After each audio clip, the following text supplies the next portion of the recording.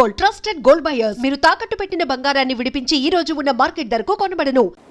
అంటే ఆదిశంకరాచార్యుల వారు మహాజ్ఞాన సంపన్నులైనా కూడా ఈ చిన్న భేదభావం ఆరిలో ఇంకా ఉందని సాక్షాత్తు ఆదిశంకరాచార్యుల వారే ఒక చండాలుడి వేషంలో వచ్చి అడ్డొస్తే తొలగమన్నారని.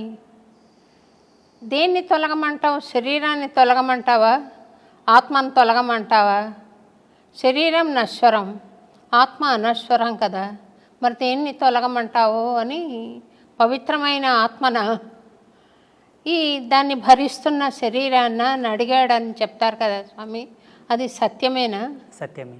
ఇలా శంకరాచార్యుల వారి జీవితంలో ఎన్నో సాక్ష్యాలు ఉన్నాయి. మనకు సినిమాల మాధ్యమంగా గ్రాంధికంగా ఈ ఒక ఉదాహరణ ప్రాచుర్యంలో ఉన్నది. ఇలా వారి అనుభవంలో చాలా ఉదాహరణలు ఉన్నాయి శంకరాచార్యుల వారి జీవితంలో.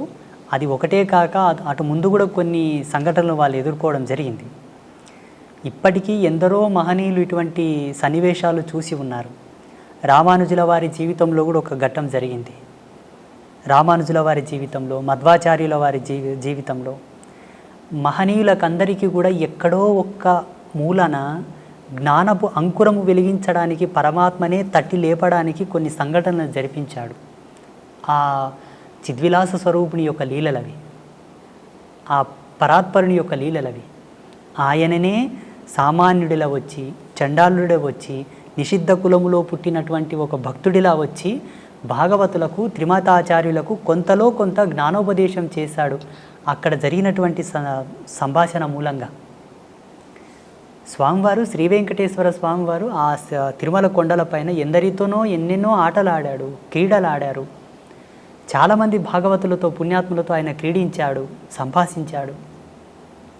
అందులో సెన్సులు ఉన్నారు, దళితులు ఉన్నారు, కొండల్లో జీవించే వాళ్ళు ఉన్నారు, చాలామంది ఉన్నారు. కొన్ని కథలు ప్రాచుర్యంలోకి వచ్చాయి. ఇప్పుడు వేంగమాంబ కానీ, అక్కడ ఉండేటటువంటి ఒక భక్తుడు కానీ, హాతీరాం బాబాజీ కానీ, ఇటువంటి వాళ్ళ గాథలు కొన్ని ప్రాచుర్యంలోకి వచ్చాయి. మరుగున పడిపోయిన చరిత్రలు చాలా ఉన్నాయమ్మా. స్వామి ఎందరెందరితోనో సంభాషించినటువంటి కథలు చాలా ఉన్నాయి.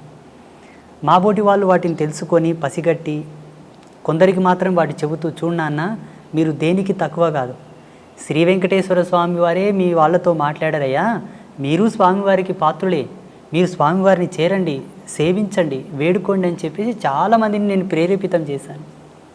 ఈ ముగురమ్మల మూలపుటమ్మ అంటారు కదా స్వామి, ఆ ముగురమ్మలు ముక్కోటి దేవతలు ఒక్కటైనారు, చక్కని పాపను ఇక్కడ ఉంచారున్నారు.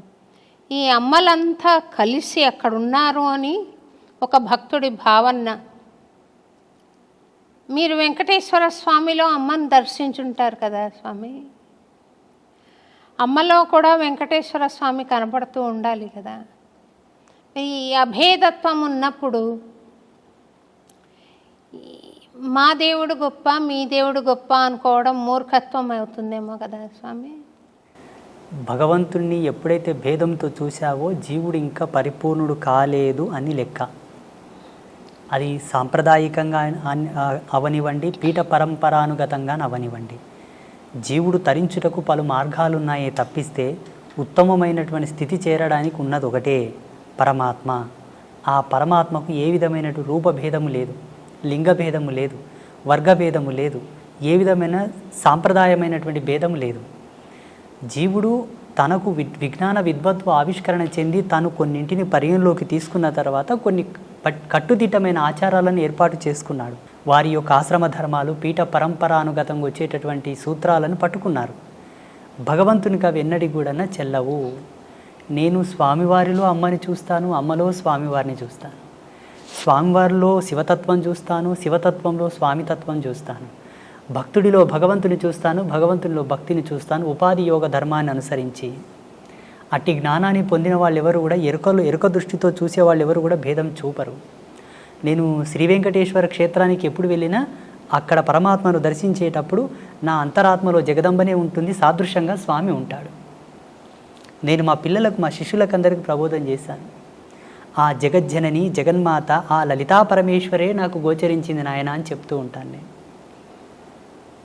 ఒక్క త్రుటి కాలమునందు మరి యథాతథంగా స్వామివారే గోచరిస్తారు. అది నా గురి, నా యొక్క తాపసికమైన గురి ప్రతిరూపకంగా అక్కడ అమ్మను దర్శిస్తాను నేను. సంతోషం స్వామి. స్వామి, కొంతమంది మహాభక్తులై ఉండి కూడా సాధన ఎంతో జరిగినా కూడా వారు కొన్ని దశల్లో కొన్ని విపత్తులను అనుభవిస్తూ ఉంటారు. అది వాళ్ళు ఇది వద్దనుకున్నా కూడా అది పోయే స్థితి ఉండదు.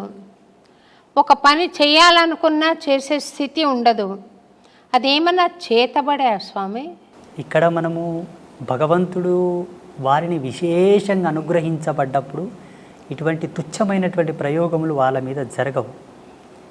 ఉదాహరణకు ఈ దేశానికి ఒక హోమ్ మినిస్టర్ ఉంటాడు. దేశానికి home minister, central home minister. ఆ సెంట్రల్ హోమ్ మినిస్టర్కి పోలీసు బందోబస్తు కొదువ ఉంటుందా? మీరు చెప్పండి, ఉంటుందా? ఉండదు. ఉండదు. భగవంతుడంటే అనిర్వచనీయమైనటువంటి శక్తి, దేని కొలతలతో కొలవలేనిది. తాంత్రిక విద్యలు, క్షుద్ర విద్యలకు కొలత ఉన్నది, లిమిట్ ఉన్నది. క్షుద్ర విద్యలు ఒకరి మీద ఆపాదం కావడానికి, ప్రయోగం కావడానికి, వారి మీద ప్రభావం చూపడానికి లిమిట్ ఉన్నది. భగవత్ చైతన్యానికి లిమిట్ లేదు, కొలత లేదు, అపరిమితం, అది అనంతం, అవ్యాజ్యము. అట్టి కృపను పొందిన మన పైన అటువంటి ప్రయోగాలు జరగవు. అయితే కొంతమంది పుణ్యాత్ములు, పుణ్యచరితులు, గొప్ప గొప్ప భక్తులు కూడా కొంత సమయం వరకు కలిమాయలో పడవలసి వచ్చి కొన్ని తప్పులు చేశారు, కొన్నింటికి ప్రలోభపడ్డారు, స్త్రీ వ్యామోహితులయ్యారు, డబ్బుకు వ్యామోహితులయ్యారు, రాజకీయంగా వాళ్ళు కలిసి కొందరి చేత అవమానాలు పడ్డారు. చాలామంది గొప్ప గొప్ప పీఠాధిపతులు అనుకోండి, స్వామీజీలు అనుకోండి. వీటికి వారి యొక్క స్వయం జన్మకర్మ సంభవము. ఎవరు? ఆ స్వామీజీ యొక్క జన్మకర్మ సంభవం. యోగ తత్పర సంపన్నులో ఏముంటుందమ్మా అంటే, ఆశ్రమ ధర్మాన్ని స్వీకరించినప్పుడే తన జన్మను తాను పరిశుద్ధి గావించుకొని ఆశ్రమ ధర్మంలో అడుగుపెట్టాలి. సోకాల్డ్ స్వామీజీలు సెల్ఫ్గా క్రియేట్ చేసుకొని వచ్చే వాళ్ళందరూ కూడా అనుభవిస్తారు, తప్పదు. వాళ్ళు పాత్రను శుద్ధి చేసుకోకుండానే పక్వానికి ఉపక్రమిస్తారు. పాత్ర శుద్ధి ఎరగక ముందే పక్వం ఆరంభిస్తారు కాబట్టి తత్ఫలితం వాళ్ళు అనుభవిస్తున్నారు. కానీ వాస్తవంగా ఆధ్యాత్మిక సూత్రావళి ప్రకారంగా ఏ ఆశ్రమ ధర్మంలో నువ్వు కాలు పెడుతున్నావో అడుగిడకన ముందే నీ జన్మ సుకృతం ఏమిటి, నీ జన్మకర్మ సంభవం ఏమిటి, ఎందుకై నీవు జన్మించితివి, అదంతా విశ్లేషణ చేసుకొని ఉత్తర జన్మలో ఉండేటటువంటి పాపములు నీ ఎందు ఏవైనా ఉన్నా వాటిని ప్రక్షాళన చేసుకొని శుద్ధుడవైన తర్వాతే భగవంతుని ఆశ్రయించవలే. అలా చేసుకొని వాళ్ళకి అది ఆపాదమై వేధిస్తూ ఉంటాయి. ఆ కర్మ, ఆ పాపం యొక్క ప్రేరేపకమే వాళ్ళని తప్పు చేయడానికి ప్రేరేపిస్తూ ఉంటాయి. చాలామంది గొప్ప గొప్ప వాళ్ళ జీవితాల్లో ఇది నిరూపణ అయింది. ఆ ప్రభావం వాళ్ళ మీద ఉండిపోతుంది. భౌతికమైన శరీరం లేకుండా